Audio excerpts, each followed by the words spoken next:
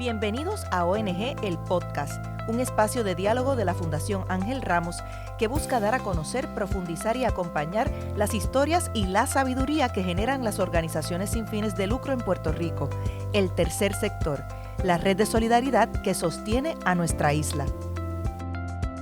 Bienvenidos al segundo episodio de la tercera temporada de ONG El Podcast, un espacio de conversaciones urgentes para pensar el país. Soy su anfitriona Tatiana Pérez Rivera. Recuerda que ahora, además de escucharnos, nos podremos ver en nuestro canal de YouTube y podrás escuchar el episodio a tu ritmo y a tu tiempo en cualquier plataforma de podcast. En esta ocasión hablaremos de un tema que es el motor de nuestra fundación, la movilidad social, y para ello hemos invitado a dos académicos de primer orden en el país, quienes recientemente presentaron un estudio, el primero con su perfil, acerca de la movilidad social en Puerto Rico. Si usted nos está viendo ahora juntas en el comienzo del podcast, es porque estamos haciendo unos experimentos con el formato y estamos haciendo unos cambios para que quede más cercano. Ya nosotros escuchamos la conversación que ustedes van a escuchar pronto y estamos locas por compartir con ustedes unas pistas para que más o menos sepan por dónde va la cosa. Mari, ¿qué es lo que tú les recomiendas que estén pendientes? Pues que estén bien pendientes a la importancia de lo que es medir la movilidad social, porque medir la movilidad social va más allá de la aportación a mejorar la calidad de vida de un ser humano, un individuo, una comunidad. Es poder medir el cambio que tuvo un ser humano en X momento versus una etapa más desarrollada, ¿no? Es cómo viví previamente y cómo vivo ahora, por ejemplo. Así que creo que eso es sumamente importante para que podamos diferenciar cómo los seres humanos trabajamos para mantenernos y sobrevivir versus desarrollarnos. ¿Qué es lo que estamos buscando? Y tener otras opciones. A mí me llamó mucho la atención por qué se escogió la edad de 14 años como límite en el comienzo, ¿no? Como comienzo de la medición en el grupo. Así que estén pendientes porque la explicación viene. A mí me entusiasmó mucho de esta entrevista, primero ver a dos profesores de la Universidad de Puerto Rico, recinto de Río Piedras, en ese esfuerzo de difundir el conocimiento. A veces se habla, no, que el conocimiento se queda encerrado, y yo veo tantos buenos ejemplos de profesores que constantemente salen a los medios de comunicación a dejar saber lo que se está hablando, lo que se está haciendo, lo que se está investigando. Y además del entusiasmo que me dio ver eso, también hay un cruce generacional. Ella fue profesora de él y ahora trabajan juntos, y se ve que se conocen y que se entienden como investigadores.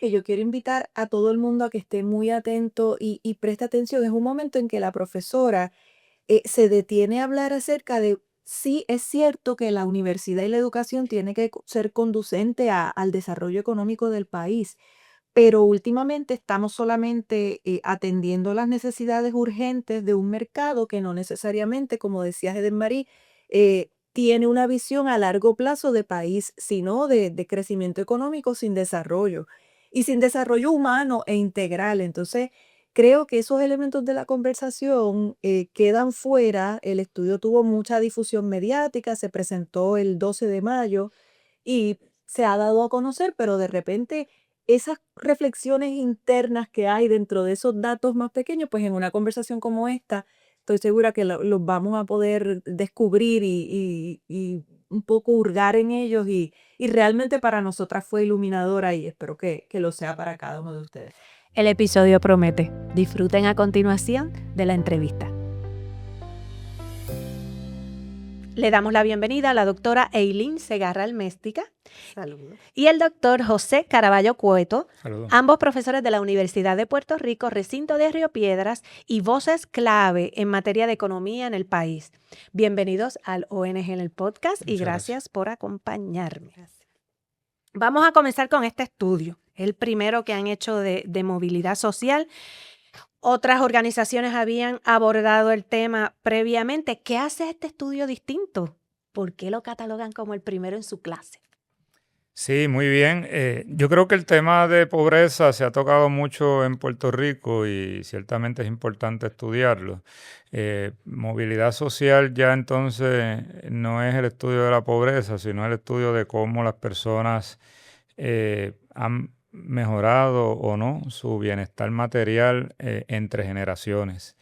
En otros países ya se lleva haciendo desde la década de 1950 estudios sobre movilidad social. En Estados Unidos, por ejemplo, hay encuestas que siguen año tras año o cada cierto periodo a un mismo grupo de personas para ver si ha habido movilidad social o no. En Puerto Rico eso no se hace, ni se ha hecho, y nosotros lo que hicimos en este estudio fue hacer una encuesta a nivel de todo Puerto Rico, una encuesta representativa, que quiere decir que no es solamente de ese grupito, sino de que representa a la población completa de Puerto Rico a través de métodos de muestreo avanzados que se utilizan para eso. Y preguntarle a las personas su estatus económico actual, sin que las personas sepan por qué le estamos preguntando. El estudio lo que dice es que estamos investigando la calidad de vida, y después le preguntamos por el estatus económico que tuvieron a los 14 años.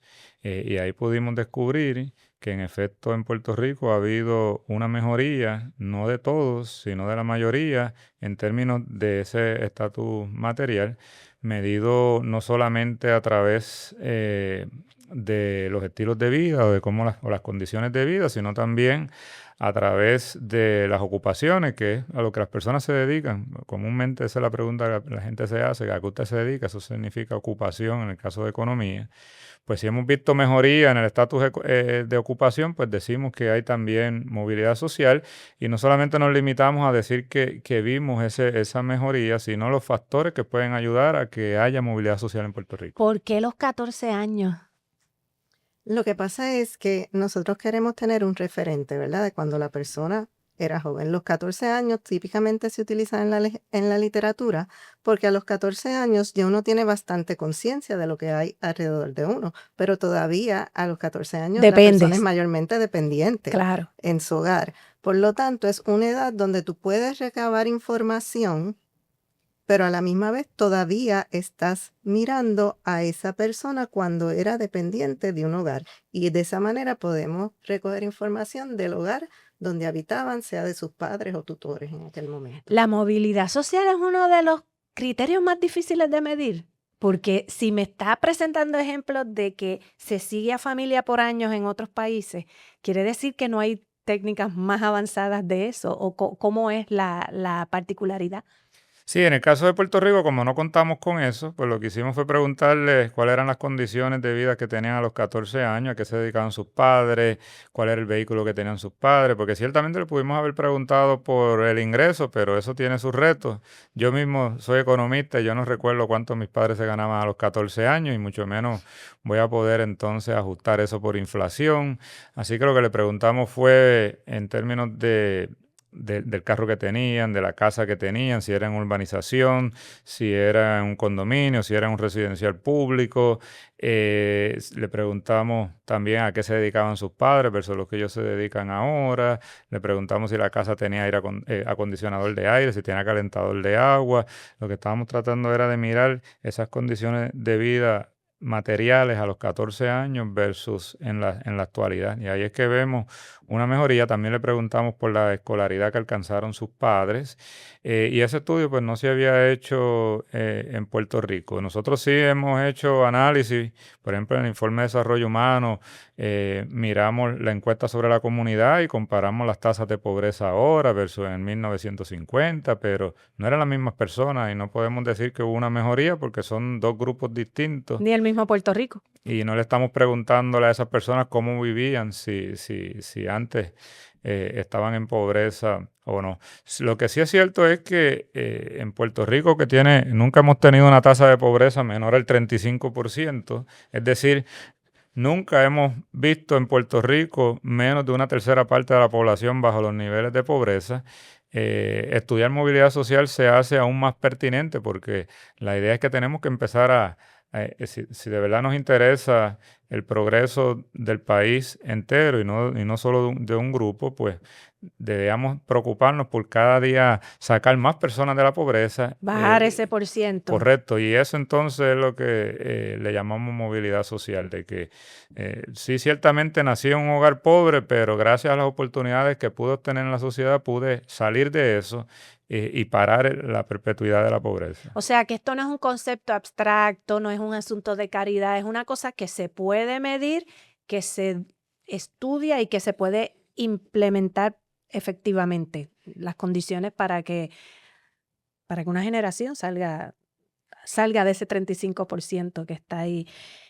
Cuéntame un poco de los factores que tomaron en cuenta. Hablemos de que hubo un parteaguas generacional, ese cohorte de personas, ¿por qué eligieron en particular? Explíquenme.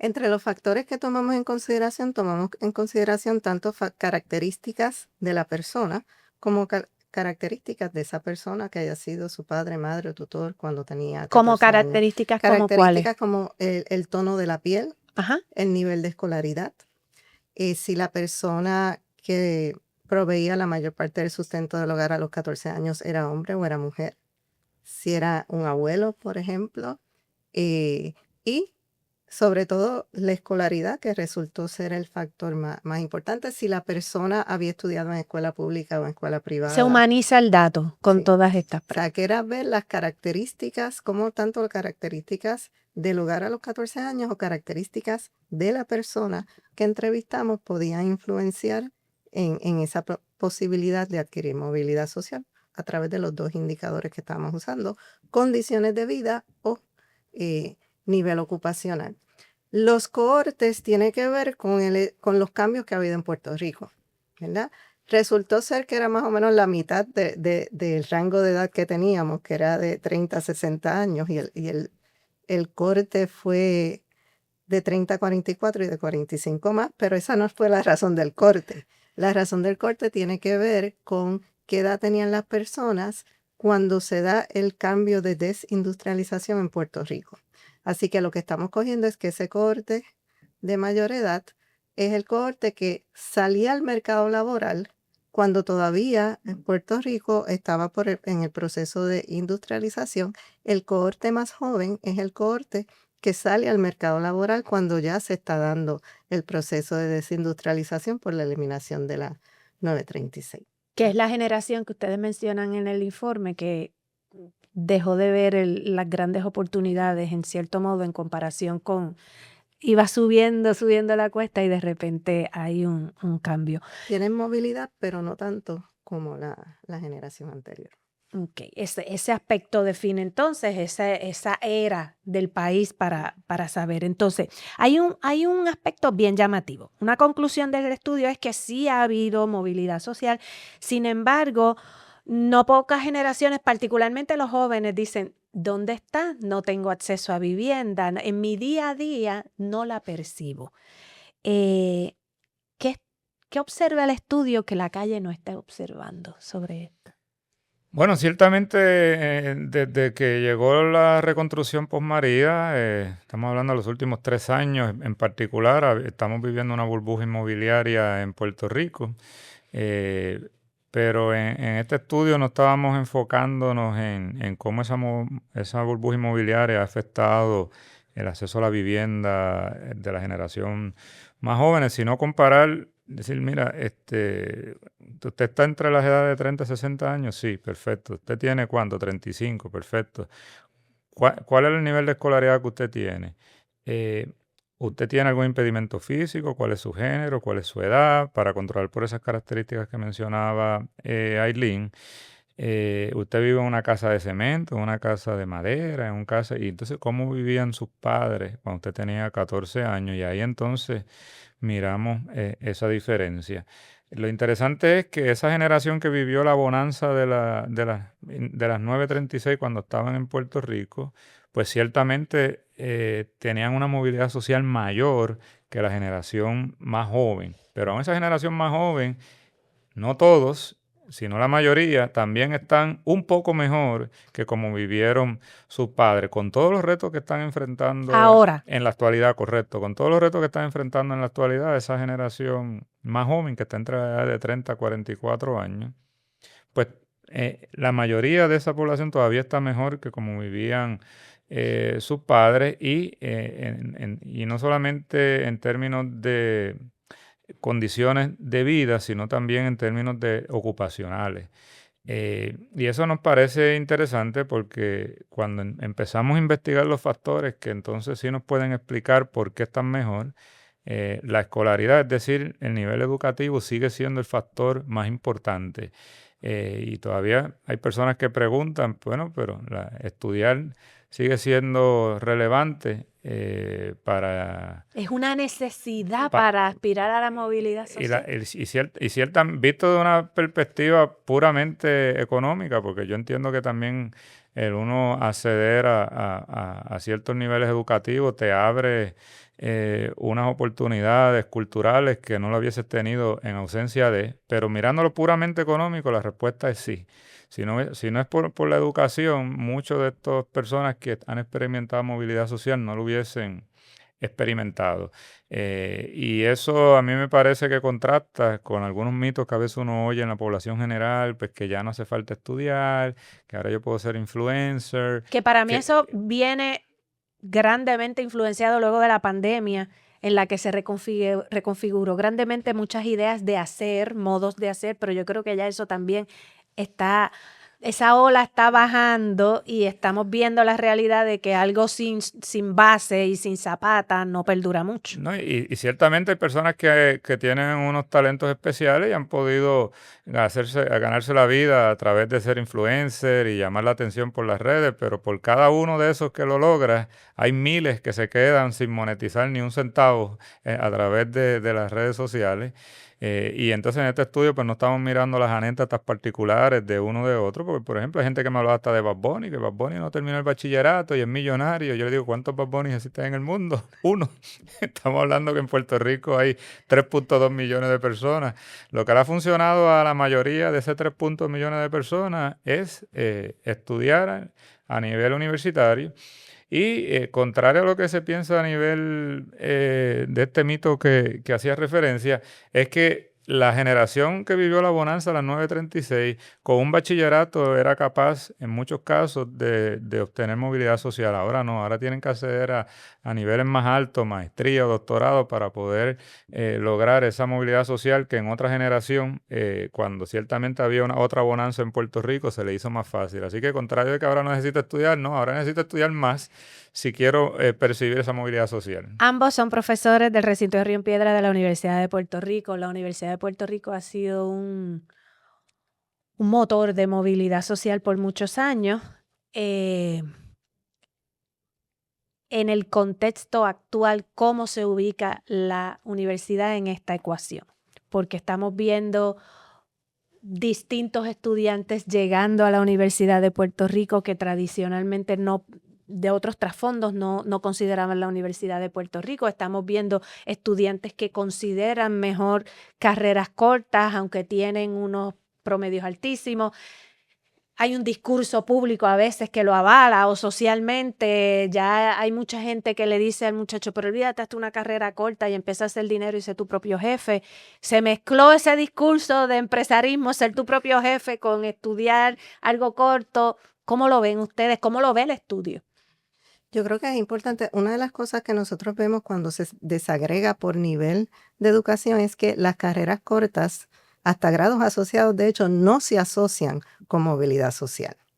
Como estaba mencionando Porque te Lucía. perpetúan un turnito de tal hora a tal hora. Exacto. O sea, y eso tiene que ver con algo que tú mencionaste sobre el empresarismo. Para tú realmente hacer dinero a través de una carrera corta, tú tienes que tener habilidad empresarial. Pues a lo mejor sí hay alguien, nuevamente, hay algunos casos de personas que hacen una carrera corta que tienen también esa habilidad empresarial o se educan en empresarismo y montan su negocio. Pero la mayoría de las personas que trabajan en carreras cortas, pues terminan trabajando un turno y trabajando para otros salarios bastante bajos. Así que una de las cosas que nosotros queremos enfatizar es esa importancia de la educación ya más allá de un simple certificado. Una de las cosas que he estado mirando en datos sobre educación postsecundaria en Puerto Rico es que el sector que está aumentando más son las universidades privadas con fines de lucro.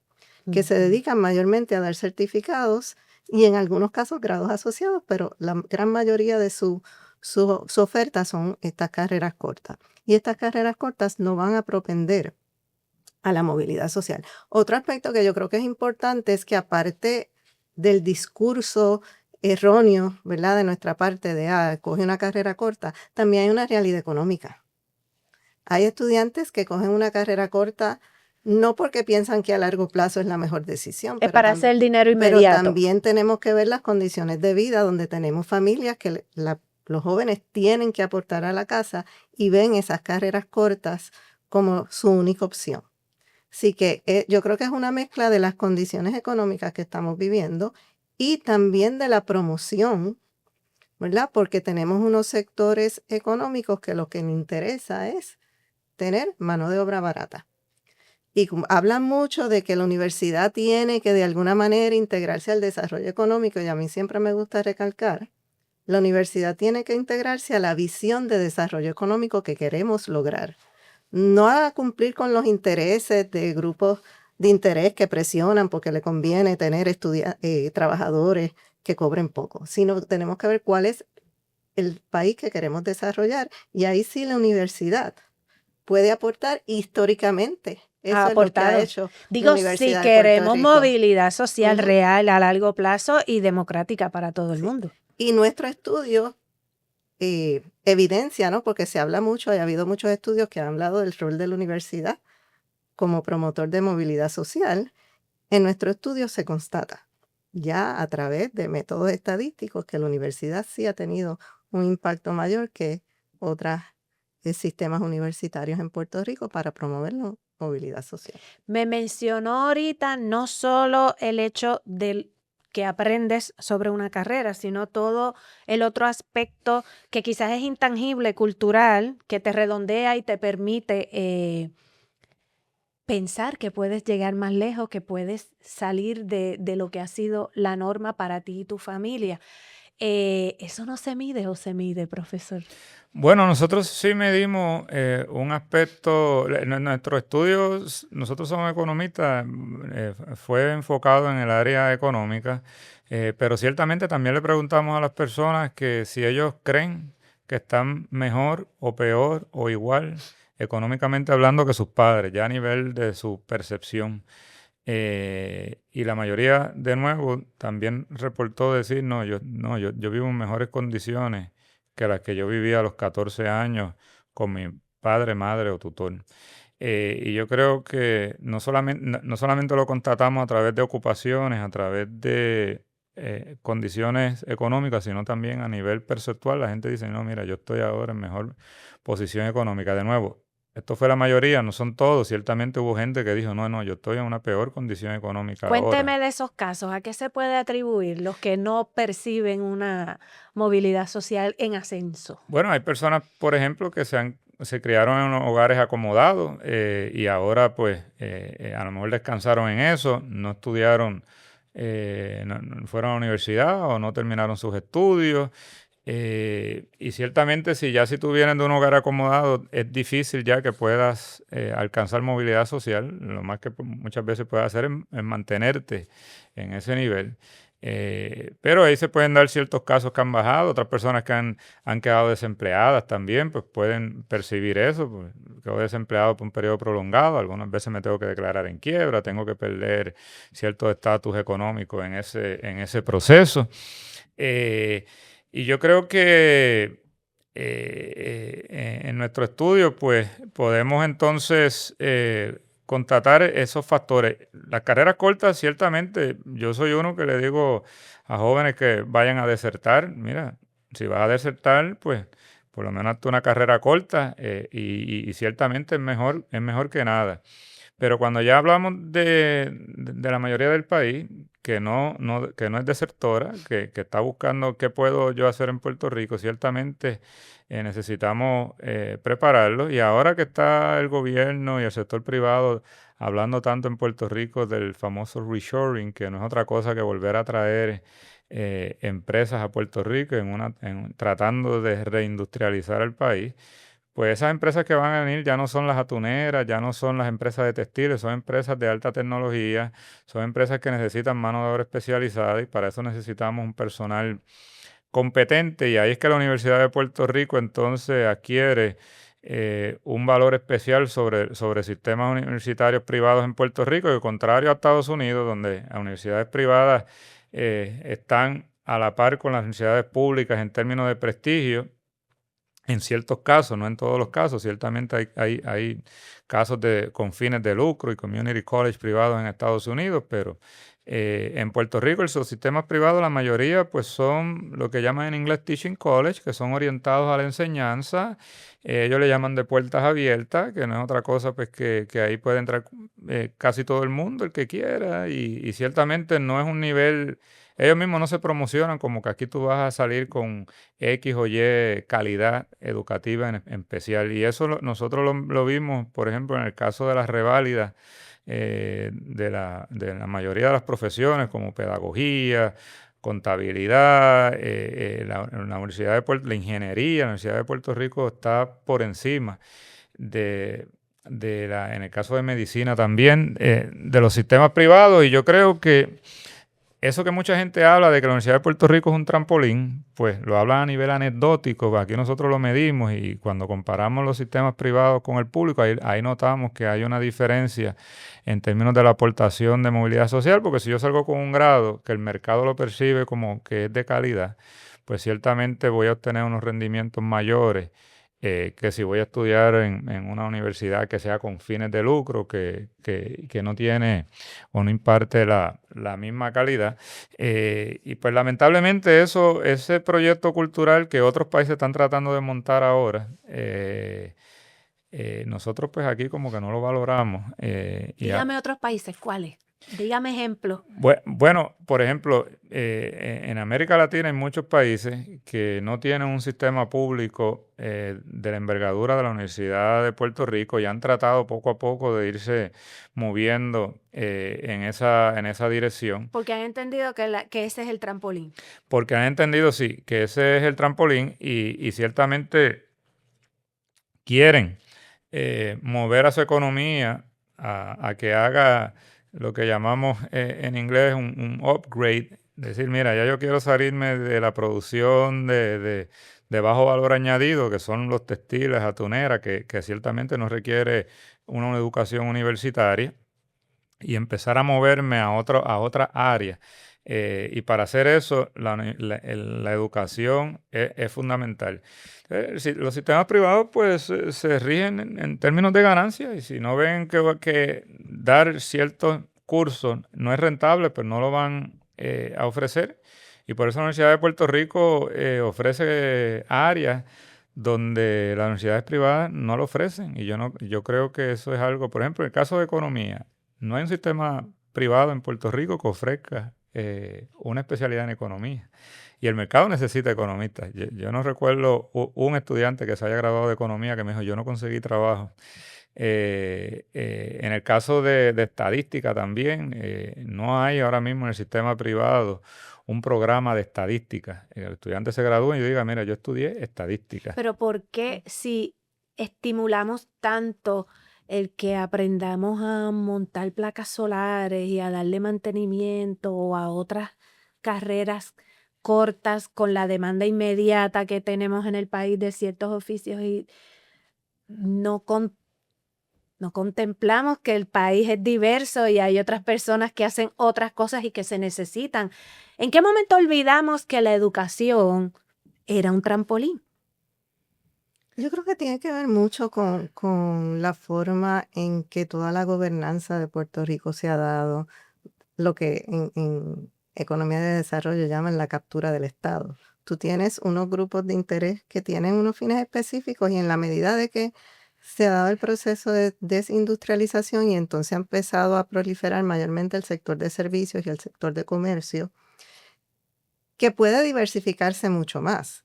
Pero entonces tú tienes unos sectores que activamente, ¿verdad?, van a tratar de crear políticas que lo que dé es una mano de obra amplia que pueda cobrar barato. Y es que se ha perdido esa visión del país a largo plazo. ¿Qué es lo que queremos ser? En la medida que estamos respondiendo a las necesidades inmediatas de ciertos grupos en particulares y no vemos esa conciencia de país, pues entonces lo que tenemos es el retroceso que hemos visto económicamente en Puerto Rico. Porque tú hablas de montar placas solares, pero también puedes hablar de diseñar unas placas solares que sean acordes a nuestras necesidades. O sea, son muchas cosas que nosotros necesitamos actualmente que podríamos diseñarlas, que podríamos Por eso digo, crearlas. somos un Y país eso se, diverso y hay y eso se distintos necesita. intereses. Está el que las limpia y las monta, pero está el que las diseña y el que las concibe. Y yo creo que se ha perdido. Y hay un discurso público, yo creo que muy fuerte en contra de la universidad. Yo creo que desgraciadamente en las últimas décadas se ha visto a la universidad más como una amenaza que como realmente el motor económico que ha sido históricamente en Puerto Rico. Yo creo que todo el cambio en la gobernanza institucional misma de la universidad, ¿verdad? Cómo se ha politizado a través del tiempo, cada vez más y más y más, hasta el punto pues que tú tienes el control político completo de la institución, pues eso también hace más difícil el poder defender el proyecto universitario como Sobre todo nosotros los porque universitarios lo vemos. no hay una sola voz, no hay un discurso detrás del cual se vaya todo el sistema universitario. Hay distintas propuestas, no hay una unidad para defender ese proyecto de movilidad social. Y tú mencionaste las experiencias internacionales y hay experiencias, por ejemplo, como en Chile, donde también se trató, ¿verdad?, de socavar la universidad y quitarle presupuesto. Y hubo un frente común, ¿verdad?, que incluyó la misma administración universitaria en defensa de la universidad. Yo creo que eso es lo que nos falta. Lo que nos falta es tener esa cohesión interna y que todo el mundo dentro de la universidad, desde las posiciones de liderato, salgan a defender a la universidad. Y para terminar, desde nuestras trincheras, ¿cómo podemos colaborar con la movilidad social del país? Bueno, yo creo que en la medida de que en la universidad se ha vuelto más costosa, se ha vuelto menos accesible, ahorita mencionabas el caso de la vivienda, y a mí me resulta bastante interesante cómo personas dicen, no, vamos a cerrar de los 11 recintos que tiene la UPR, vamos a cerrarlos todos, vamos a quedarnos con Mayagüez, con Río Piedras y con Ciencias Médicas. Y digo, pues perfecto, ¿qué vamos a hacer con ese estudiante que vive allá en una montaña en Orocovis, en Corozal, que viaje todos los días? Que pague un hospedaje que no existe y y, que o, cuesta. o paga un hospedaje caro, difícil. Yo creo que ahí en el caso del tercer sector, pues esas becas que pueden dar, esas subvenciones que puedan dar para la vivienda, ahora mismo que el costo de estudiar en la Universidad de Puerto Rico se triplicó desde que llegó la Junta de Control Fiscal con su visión ideológica de que había que aumentar el costo, pues eso ha hecho menos accesible a la universidad. Y yo creo que ahí es cuando entonces muchos estudiantes, y eso es otro estudio que la doctora Segarra y yo publicamos en una revista científica, que encontramos que lo que hizo fue que muchos estudiantes dijeran, pues no voy a estudiar. Y estamos entonces estableciendo más barreras a la movilidad. Porque las condiciones en el país tampoco es que están a la par con lo que se han elevado los costos. Correcto, y yo creo que entonces el tercer sector, en la medida que pueda ayudar a esos estudiantes a bajar esas barreras y ayudarlos con esas barreras, pues puede ser parte de la movilidad social. Y ciertamente el gobierno no tiene mucho interés en medir la movilidad social en Puerto Rico, y ojalá pues, que el tercer sector se interese entonces en medir la movilidad social y llenar ese vacío, porque lo que no se mide realmente pues queda invisible, y yo espero que este no sea un estudio que se hizo una vez y no se volvió a hacer en 20 años. Yo espero que se haga más comúnmente para entonces poder seguir abogando por todas esas personas que quieren que sus hijos echen para adelante. Yo escucho muchos padres, muchas madres, de hecho todos los padres y madres que conozco me han dicho, yo quiero que mi hija eche para adelante. Pues echar para adelante no es otra cosa que movilidad social, que tengan las oportunidades que uno como padre o como madre no tuvo. Pensémoslo de esa manera, que nuestros hijos echen para adelante porque así el país echa para adelante. Correcto. Yo quisiera añadir que no podemos perder de vista lo que es el sistema K12. Y una de las cosas que nosotros encontramos en el estudio es que los que se gradúan de escuela privada tienen más probabilidad de movilidad social. Y eso nos presenta un problema grave porque nos está diciendo que las poblaciones más vulnerables son las que más difíciles se le hace alcanzar la movilidad social. Y eso implica que necesitamos fortalecer también ese sistema educativo K12. Yo creo que hay dos cosas: fortalecer el sistema K12 y fortalecer la conexión entre el sistema K12 y la universidad. Que los estudiantes de escuela pública vean ese trayecto que los pueda llevar desde su escuela hasta la universidad como un paso clave en lo que son sus probabilidades de movilidad social. La ruta está ahí, el estudio la presenta, ojalá y pueda documentarse estas mismas personas en no un futuro muy lejano, digamos 5 años, para ver cómo ha avanzado y poder tener un retrato más claro. Correcto. Gracias a nuestros invitados por sus voces expertas y a ti por acompañarnos en esta conversación. Déjanos saber tu sentir a través de nuestras redes sociales y si te llevaste algo de esta conversación, compártela con tu comunidad. Agradecemos la dirección técnica de Javier del Valle. Hasta la próxima.